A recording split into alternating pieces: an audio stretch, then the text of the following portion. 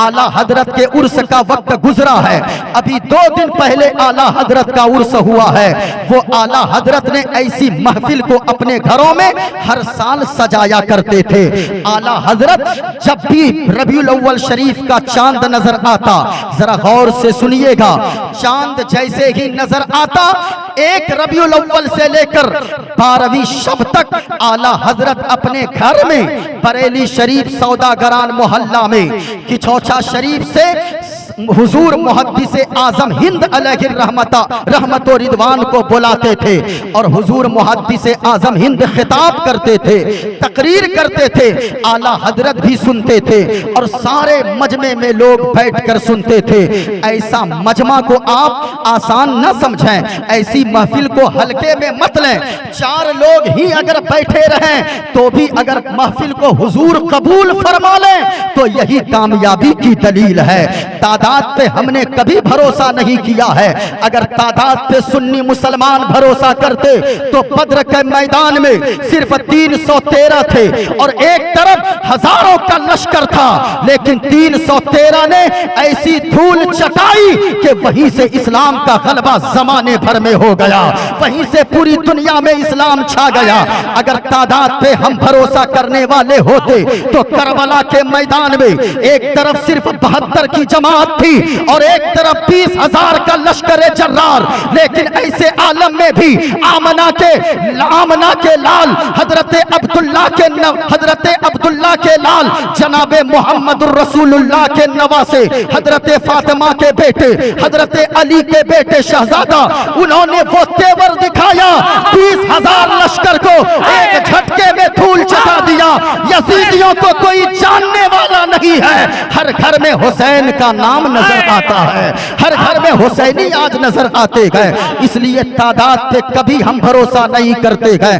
मैं मुबारकबादी पेश करना चाहता हूँ अल्लामा तनवीरुल कादरी साहब किबला को, शहजादे हुजूर हसन मिल्लत को, कि ये अपने वालिद मोहतरम के नक्शे कदम पर चल रहे हैं, जिनका मिशन ये था हुजूर हसन मिल्लत का कि अपने दीन के, अपने कौम की बच्चियां पढ़ ले, अपने कौम के बच्चे पढ़ ले, वो जिंदगी भर अपनी जिंदगी गुजारे तो कौम का दर्द सीने में लेकर गुजारे। वरना आज कौन किसके बारे में सोचता है भाई साहब, चचा भतीजे के बारे में नहीं सोचता और यानी कि भाई भाई के बारे में नहीं सोचता। लेकिन ऐसे दौर में इन्होंने मदरसा कायम किया है। मैं ये अर्ज कर रहा था, महफिल को कभी छोटी ना समझें, आला हजरत हैं हुजूर मुहद्दिस आजम हिंद, हर साल आया करते थे बरेली शरीफ।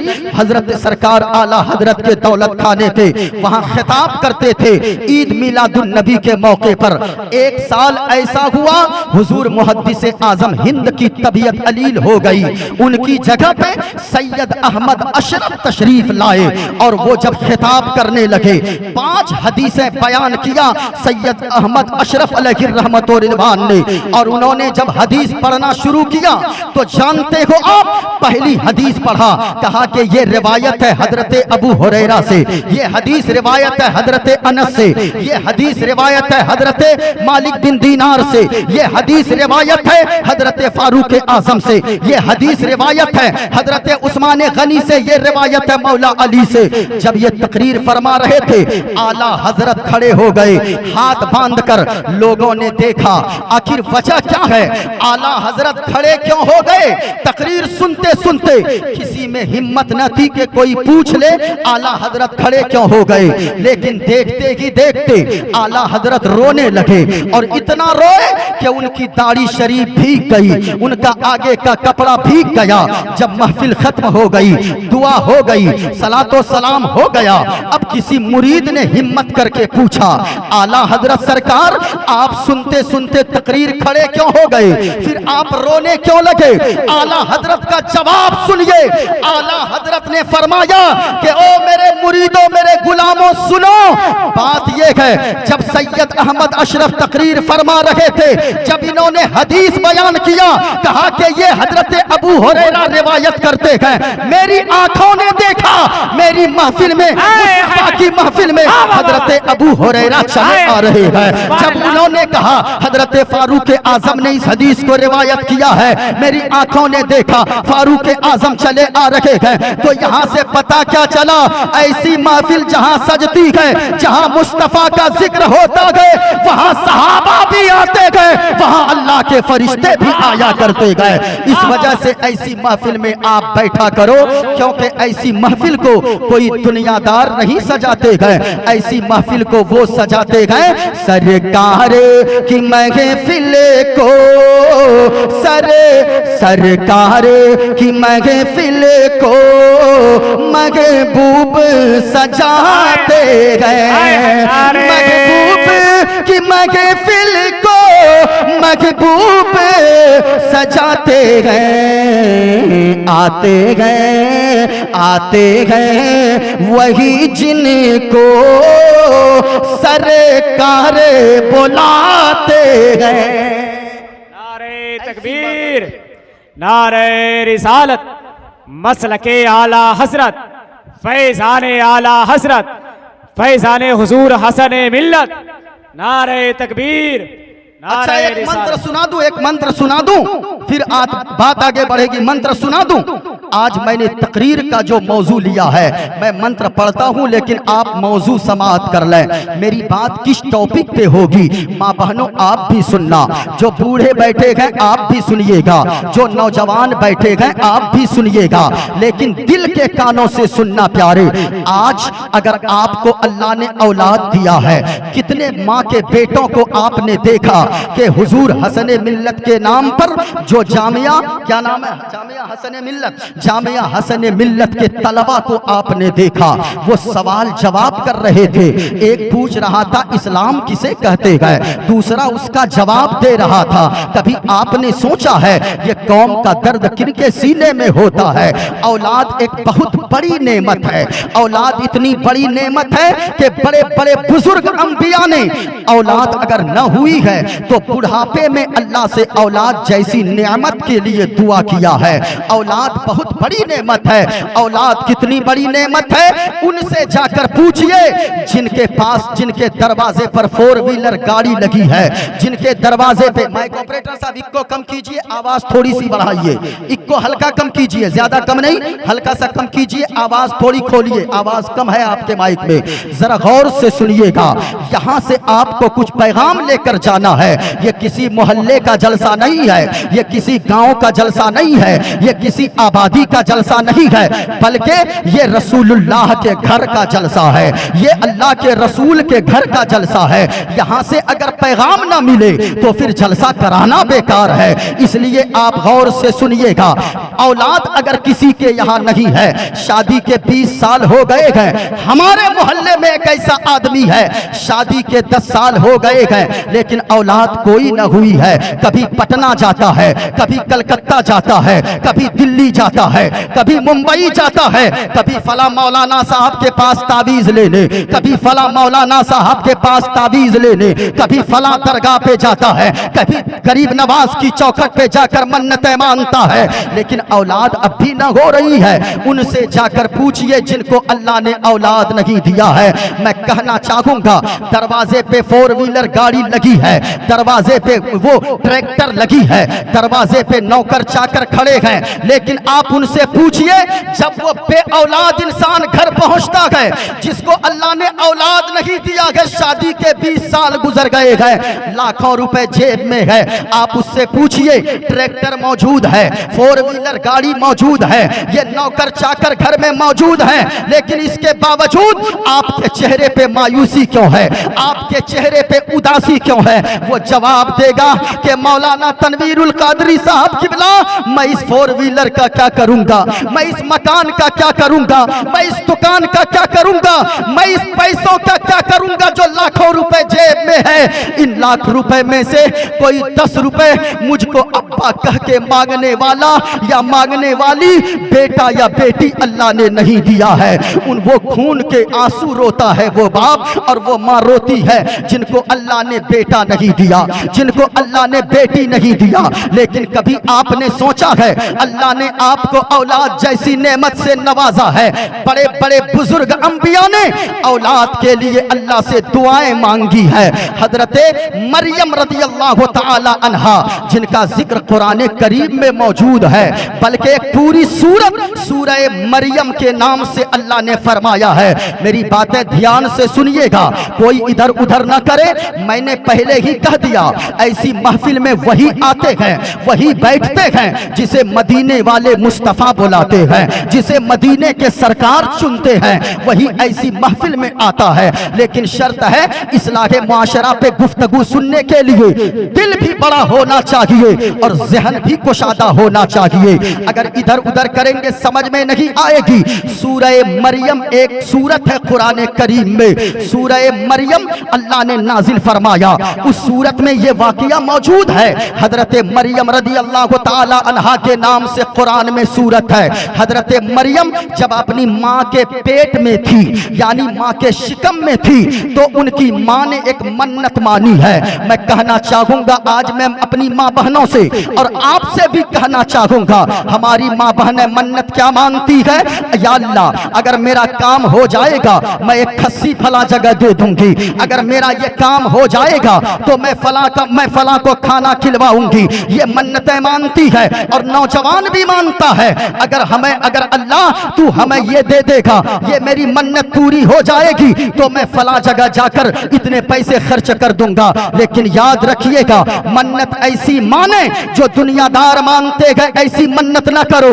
अगर आप चाहते हो आपकी मन्नतें पूरी हो जाए तो नमाज की पाबंदी करो और दुआ करो, एक पाक परवरदिगारे आलम मैं ये मन्नत मानती हूँ अगर ये मेरा काम बन जाएगा तो मैं इतने निकात नफल नमाज पढ़ती नजर आऊंगी और मैं कुरान की तिलावत करूंगी, मैं फला बुजुर्ग के मजार पे हाजिरी दूंगा। लेकिन मैं आपसे कहना चाहूंगा ये मन्नत तो लोग मानते हैं, लेकिन मन्नत की आड़ में कितने खुराफात हो रहे हैं। ऐसे मजारों पर लोग जाते हैं जहां पे नामो निशान नहीं है, न उसके बाप ने देखा कि कोई वली यहाँ पे दफन है, न उनके दादा ने देखा कि कोई आदमी यहाँ पे दफन है। लेकिन ऐसे मजार पे लोग पहुंच रहे हैं जिनको कोई न तो अता है न तो पता है। ऐसे मजार पे जाना आला हजरत ने सख्त हराम लिखा है। जहां पे कोई न हो फिर भी ख्वाब की बुनियाद पे मजार बना दे आदमी, कब्रनुमा बना दे। आपको अगर जाना है ख्वाजा नगर सालमारी में सच्चा मजार अल्लाह के वली मजार में लेटे हैं, वहां आप चले जाओ। चिमनी बाजार में अल्लाह के वली पूर्णिया में लेटे हैं, वहां चले जाओ। आपको अगर जाना है बरेली के धरती पर सरकार आला हजरत की बारगाह में चले जाओ, वहां अल्लाह के वली लेटे हैं। आपको अगर जाना है किसी मजार पे आप गरीब नवाज की चौखट पे चले जाओ, वहां अल्लाह के वली लेटे हैं। अगर अल्लाह के वली की बारगाह में नीयत सच्ची लेकर जाओगे वसीला उनका होगा और फजल अल्लाह ताला का होगा। जो काम लाखों बरसों से न बनी हो वो काम बुजुर्ग के सदके में अल्लाह मिनटों में अता फरमा देगा, वो काम बना देगा। लेकिन ऐसे मजारों पे जाना जिसका अता पता कुछ ना हो। हमारे गांव के बगल में एक कब्र बना दिया, लोग कहते हैं जिनसे पूछिए, कहता ना तो किसी ने देखा ही नहीं है, लेकिन एक औरत ख्वाब देखी, कहा कि फला जगह मजार बना दो। अब वहां आदमी मुर्गा लेके जा रहा है, वहां खस्सी लेके जा रहा है।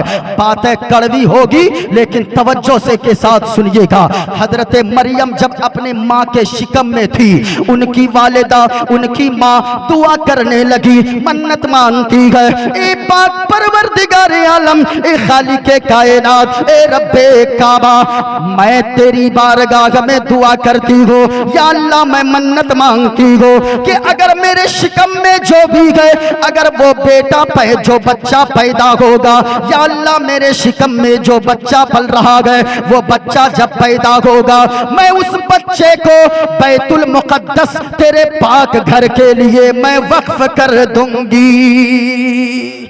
एक माँ है, माँ अब जब पैदा हुई तो बेटा पैदा नहीं हुआ बल्कि बेटी पैदा हो गई, जिसे दुनिया हजरत मरियम रज़ियल्लाहु ताला अन्हा के नाम से जानती है, जो हजरत ईसा अलैहिस्सलाम की माँ है। हजरत मरियम पैदा हो गई। अब अगर बेटा होता तो मस्जिद के लिए वक्फ कर देती, लेकिन अब बेटी पैदा हो गई, माँ करे तो क्या करे। लेकिन हजरत ज़करिया अलैहिस्सलाम जो हजरत मरियम के खालू है, रिश्ते में उनकी किफालत में आती गए, एक कमरा बैतुल मुकद्दस के बगल में बनाया और बैतुल मुकद्दस के बगल में उस कमरे में हजरत मरियम रहने लगी, उसी में अल्लाह की इबादत कर दी। जब देखती लोग नहीं गए, झाड़ू लगा देती, पूछे बैतुल मुकद्दस के साइड में पोछे लगा देती, फिर कमरे में आकर अल्लाह की इबादत करने लगती। हजरत मरियम अल्लाह की इबादत कमरे में कर रही है। हजरत ज़करिया अलैहिस्सलाम एक मर्तबा खिड़की से झांक कर देखते गए, देखूं मरियम क्या कर रही है, मेरी बच्ची कर क्या रही है। हजरत ज़करिया अलैहिस्सलाम ने क्या मंजर देखा कि हजरत मरियम बैठी है, उनके सामने ऐसे ऐसे फल रखे हुए गए जिसका मौसम नहीं है। यानी मिसाल के तौर पे गर्मी में आम होता गए, ठंडी में संतरा होता गए, ठंडी में अंगूर के दाने पैदा होते गए, वो बेमौसम फल खा रही है। हजरत ज़करिया अलैहिस्सलाम के दिल में ये अरमान जाग गया, दुआ करने लगे। उनकी भी कोई औलाद नहीं थी। हजरत ज़करिया अलैहिस्सलाम की उम्र बहुत ज्यादा हो चुकी थी, सर के बाल सफेद हो गए थे, दाढ़ी के बाल सफेद हो गए थे और हड्डियां कमजोर हो गई थी। दुआ करने लगे, ए पाक परवरदिगार आलम, मुझे तूने अब तक बे औलाद रखा गए, अब तक तूने मुझे औलाद जैसी नेमत से नहीं नवाजा गए। या अल्लाह, जब तू हजरत मरियम को बेमौसम फल अता कर सकता है तो मुझे भी इस उम्र में, जबकि दाढ़ी और सर के बाल सफेद हो गए इस उम्र में तू मुझे भी औलाद अता फरमा सकता है। अल्लाह अल्लाह, हजरत ज़करिया अलैहिस्सलाम ने दुआ मांगी, अल्लाह ने नेक सालेह बेटा अता फरमा दिया। बोलो सुभान अल्लाह। उस उम्र में जबकि आदमी की दाढ़ी सफेद हो गई, सर के बाल सफेद हो गए, नेक बेटा अल्लाह ने दिया। सालेह लफ्ज का जिक्र है कुरान करीम में। अब आपसे भी मैं कहना चाहूंगा, अगर अल्लाह ने औलाद दिया है आप खुश नसीब हो मेरे भाई, वरना तो उनको जाकर पूछो जिनके पास सारी चीजें हैं लेकिन औलाद जैसी नेमत नहीं है, औलाद जैसी दौलत नहीं है, लेकिन औलाद तो अल्लाह ने दे दिया। अब अल्लाह कुरान में क्या फरमाता है, ऐ ईमान वालो अल्लाह से डरो और सुनो ईमान वालो, तुम अपने आप को भी और अपने घर वालों को, अपने बच्चों को, बीवी को, अपने अहलो अयाल को भी जहन्नम की आग से बचाओ। जहन्नम की आग कितनी भयानक है। माँ बहनों, तुम तो किचन में रहती हो, तुम्हें पता होगा जून जुलाई अगस्त के महीने में किचन में कितनी गर्मी होती है, चूल्हे वाले घर में कितनी गर्मी होती है, वहां पे पसीने चलते हैं, इतनी गर्मी होती है। जब दुनिया की आग का ये आलम है कि अगर थोड़ी सी उंगली जल जाए, दुनिया की आग अगर उंगली में पड़ जाए तो आदमी चीखने लगता है, आदमी चिल्लाने लगता है। ये तो दुनिया की आग का आलम है जो इतनी गर्म है, लेकिन जहन्नम की आग कितनी भयानक है। हदीस में आता है, मुस्तफा फरमाते हैं कि दुनिया जहन्नम की आग को, सुनिएगा, जहन्नम की आग को 70 मर्तबा, कितने मर्तबा, जरा पूरा मजमा बोलकर बताओ कितने मर्तबा। जो मर्द बैठे गए अगर तकरीर सुनना चाहते हैं पूरा मजमा बोलकर बताइए। एक मर्तबा हाथों को उठा ले, एक हाथ को हसनी बनाओ, एक हाथ को हुसैनी बनाओ, जरा पूरा मजमा मिलकर जवाब दो, या रसूल अल्लाह। पूरा मजमा आवाज यहां तक आए। मैं माइक में बोल रहा हूं, आप बगैर माइक के बोल रहे हो, ऐसा लगे मुस्तफा का दीवाना पुकार रहा है। आप नहीं बोलते हो लेकिन फिलिस्तीन के बच्चे बोल रहे हैं, फिलिस्तीन की माएं बोल रही है, फिलिस्तीन की बहनें बोल रही है। मैं ये कहना चाहूंगा, ओ लोगों, इस्लाम की मुकद्दस शहजादियों, हमने एक क्लिप देखा था, वो सोशल मीडिया पे एक औरत से किसी ने पूछा, किसी मीडिया वाले ने, ओ बहन तू रात को बुर्का पहन कर क्यों सोती है? बुर्का तो पर्दे के लिए है, दिन में बुर्का पहना जाता है, लेकिन रात को तू नकाब डाल कर क्यों सोती है? उस खातून का जवाब सुनो। वो खातून कहती है, मेरे भाई ओ मीडिया वाले, मैं इसलिए बुर्का पहन के सोती हूँ, यहाँ बमबारी हो रही है, ताकि अगर एक बम कोई अगर नाहनजार का फेंका हुआ बम अगर मेरे मकान पे गिर जाए और अगर मौत आ जाए, तो जिस तरह मैं दुनिया में बापर्दा होकर रही हूँ, पर्दे में लिपट कर रही हूँ, मरने के बाद भी कोई गैर मर्द की नजर मेरे चेहरे पे ना पड़ने पाए, और मैं दुनिया से जाऊं तो पर्दे में लिपट कर कनीज़े फातिमा बन के जाऊं। मैं कहना चाहूंगा, ओ इस्लाम की मुकद्दस शहजादियों, तुम भी आप स्कूल जाती हो, लेकिन आज स्कूल तुम पहुंचती हो, गैरों का लिबास को मत अपनाना, तुम भी अपने अपने इस्लामी लिबास में जाया करो। और तुम अगर जाती हो पढ़ने को, तो वहां जाकर अगर कोई तेरी सहेली कहे कि ओ मेरी बहन, वो मैं बॉयफ्रेंड से बात करती हूँ, तुझे भी एक बॉयफ्रेंड दिला देती हो, तो उनको तुम मुंह पे जवाब देना कि तो सुन, तू होगी किसी मालदार की बेटी, तू होगी किसी जमींदार की बेटी, तू होगी किसी महलदार की बेटी, तू होगी किसी सरमायादार की बेटी। मेरे बाप गरीब हैं, लेकिन मेरे बाप ने इस्लाम मेरे जहन में और दिल में ऐसा बसाया है कि मैं कॉलेज में रहती हूँ तो भी कनीज़े फातिमा बनकर रहूंगी, घर में रहती हूँ तो भी कनीज़े फातिमा बनकर जिंदगी गुजारती हूँ। सुभान अल्लाह, सुभान अल्लाह। आप अपनी बच्चियों से, अपनी सहेलियों से कहो, माँ बहनों, तुम अपने बाप की इज्जत हो, तुम अपने माँ की इज्जत हो, तुम किसी गैर मर्द के साथ, गैर लड़के के साथ भाग जाती हो, तुम्हें पता नहीं है तुम्हारा बाप महीनों घर से नहीं निकलता है, तुम्हारी माँ महीनों घर से बाहर नहीं निकलती है, तेरा बाप घर में रोता रहता है, आंसू बहाता रहता है, मोहल्ले वाले ताने देते हैं, अरे वो देखो ये इसकी बेटी भाग गई है, इसका बेटा भाग गया है। नौजवानों, मैं तुमसे भी कहना चाहूंगा, करो पसंद की शादी, लेकिन उसमें माँ बाप की भी पसंद को शामिल रखो। अगर माँ बाप तुम्हारे खुश न रहे, माँ बहनों सुनना गौर से, और हमारी कौम की बेटियों, आज तुम्हें तकरीर सुनने की जरूरत है, मर्दों से ज्यादा कसीर तादाद में तुम आई हो, मेरी बातें जो भी होगी बड़ी सुलझी सी बातें होगी, लेकिन सुनो माँ बहनों, कौम की बेटियों, इस्लाम की मुकद्दस शहजादियों, तुम्हें नहीं पता, तू तो कनीज़े फातिमा है, तुम एक भाई की इज्जत हो, तुम बाप की इज्जत हो, तुम क्या समझती हो तुम किसी के साथ भागकर शादी कर लोगी और मकान में रह लोगी तो क्या वहां अल्लाह तुम्हें खुशियां अता फरमा देगा? अल्लाह की कसम नहीं नहीं, ये मेरी बात है, दिल की तख्ती पर नोट करके लेकर जाना। अगर माँ बाप तेरे राजी नहीं है, अगर माँ बाप तेरे खुश नहीं है, अगर माँ बाप रो रहे हैं तेरी शादी से खुश नहीं है, तो ताजमहल जैसी बिल्डिंग में तू चली जाएगी, तेरा बाप अगर झोपड़ी में बैठकर रोएगा तो अल्लाह तेरी उस ताजमहल जैसी बिल्डिंग में भी तुझे अल्लाह ताला सुकून नहीं अता फरमाएगा, अल्लाह तुम्हें खुशियां नहीं देगा। लेकिन अगर तू बाप की मर्जी के मुताबिक, माँ की मर्जी के मुताबिक अगर तू झोपड़ी में शादी करके चली गई, नमक रोटी खाएगी उसी झोपड़ी में अल्लाह, उसी नमक रोटी में अल्लाह जन्नत जैसा सुकून अता फरमा देगा। कौम की बेटियों, ये बातें कहाँ मिलेंगी? आज हमने अपनी बेटियों का रुख कॉलेजों की तरफ करवाया, हमने अपनी बेटियों का रुख हमने स्कूलों की तरफ करवाया। अगर बाप के अंदर ज़मीर है तो वो बाप जरा सोचे, हम दुनिया से क्या लेकर जाएंगे? अपनी बच्चियों का दाखिला हजरते अल्लामा तनवीरुल कादरी साहब किबला के इदारे में लड़कियों का भी मदरसा चलता है, जहाँ पे लड़कियों को कनीज़े फातिमा बनाया जाता है। जरा गौर से सुनना प्यारे, आप यहाँ पर बैठे हो, औलाद अल्लाह की बहुत बड़ी नेमत है। औलाद जब अल्लाह दे दे, अल्लाह ने फरमाया ऐ ईमान वालों, अपने आप को भी बचाओ और अपने घर वालों को भी बचाओ। किस चीज से?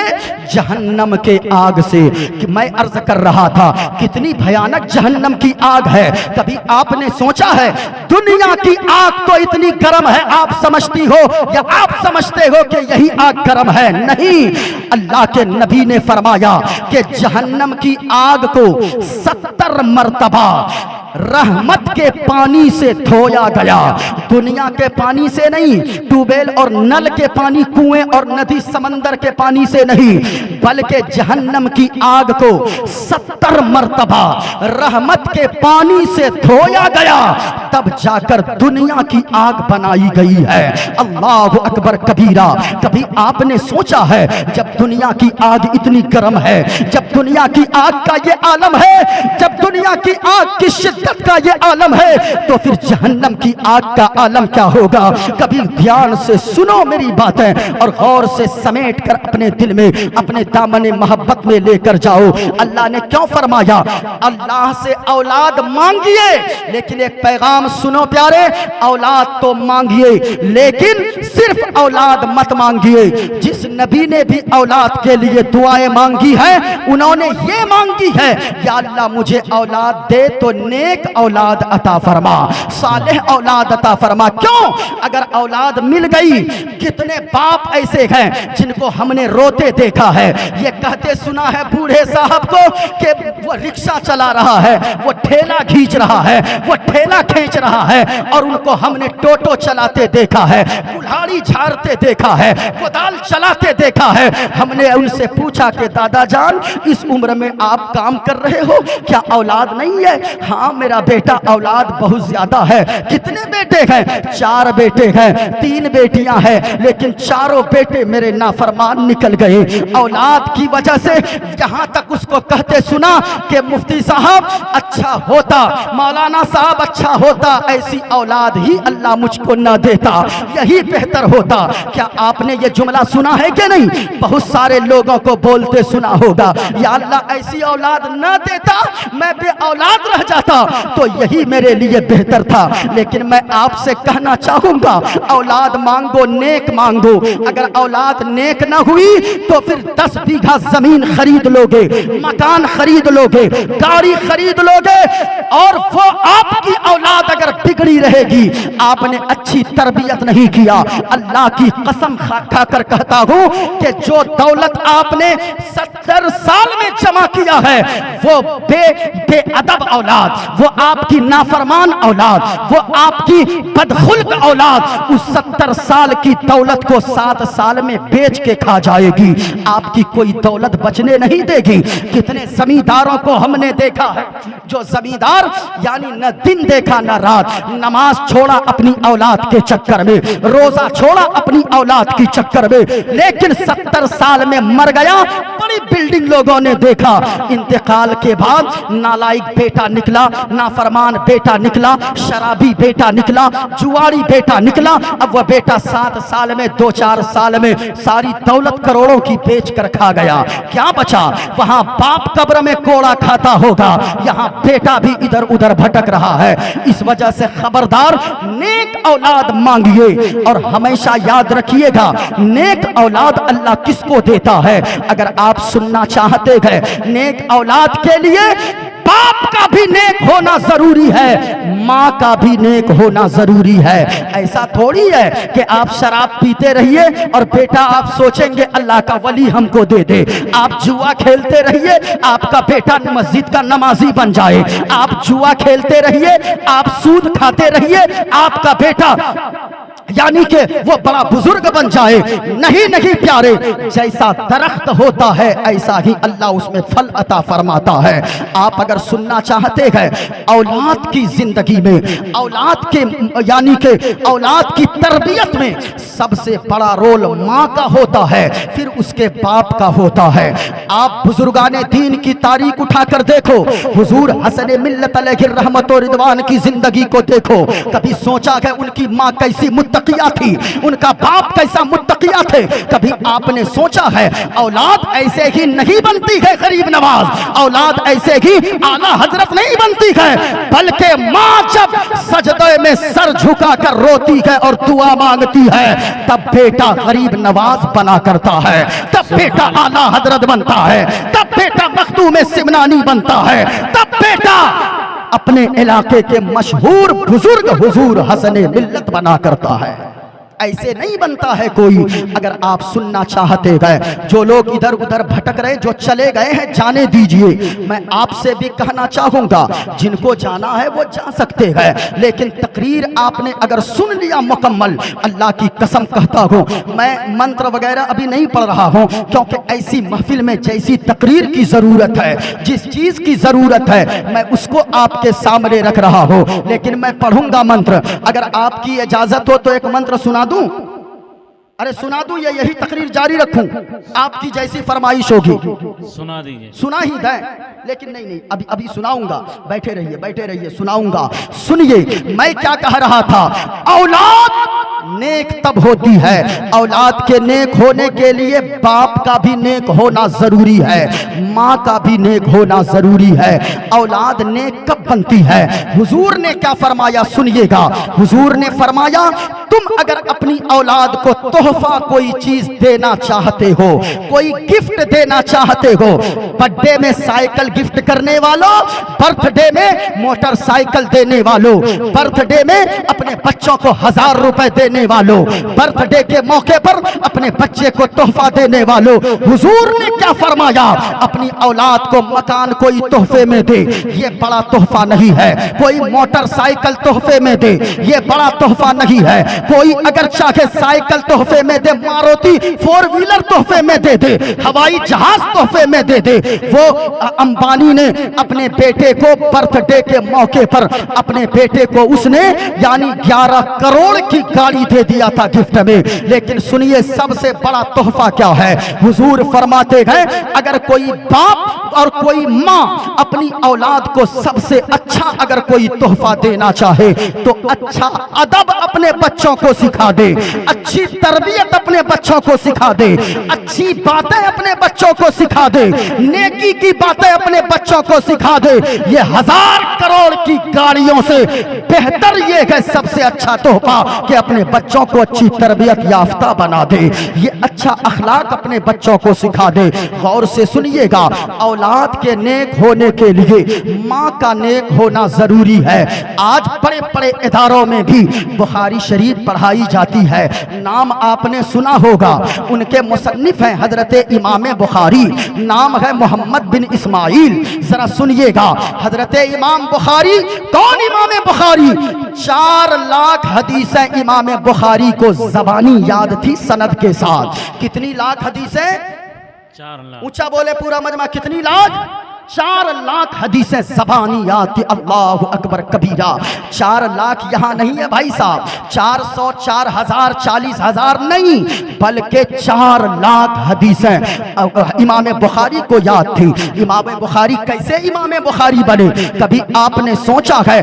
उनकी माँ दुआ करती थी और रब की बारगाह में अपने आंचल को हमेशा उठाकर दुआ करती थी, ए पाक परवरदिगारे आलम, ए खालिके कायनात, माँ बहनों तुम भी सुनो। दुआ करती थी इमाम बुखारी की वालिदा। इमाम बुखारी अभी पैदा न हुए थे, अपने आंचल को हर नमाज के बाद उठाकर दुआ करती थी, ए पाक परवरदिगारे आलम, एक ऐसा बेटा मुझे अता फरमा दे, नेक बेटा अता फरमा दे। वो बेटा जब मेरा पैदा होगा तो मौला उस बच्चे को मैं, उस अपने बेटे को मैं, या अल्लाह तेरे दीन का आलिम बनाऊंगी। अल्लाहु अकबर। सुना है? पहले से प्लानिंग है, माँ दुआ करती रहती है। अचानक हजरत इमाम बुखारी मोहम्मद बिन इस्माइल अपनी माँ के शिकम में जब आ गए, जब पैदा हो गए, इमाम बुखारी बड़ी खुश हो गई, शुक्राने के तौर पे नमाज अदा करने लगी, सजदे करने लगी। मैं आपसे भी कहना चाहूंगा, ओ औलाद की पैदाइश पर मिठाइयाँ बांटने वालों, जगह जगह मिठाइयाँ तो बांट देते हो, बहुत सारे रुपए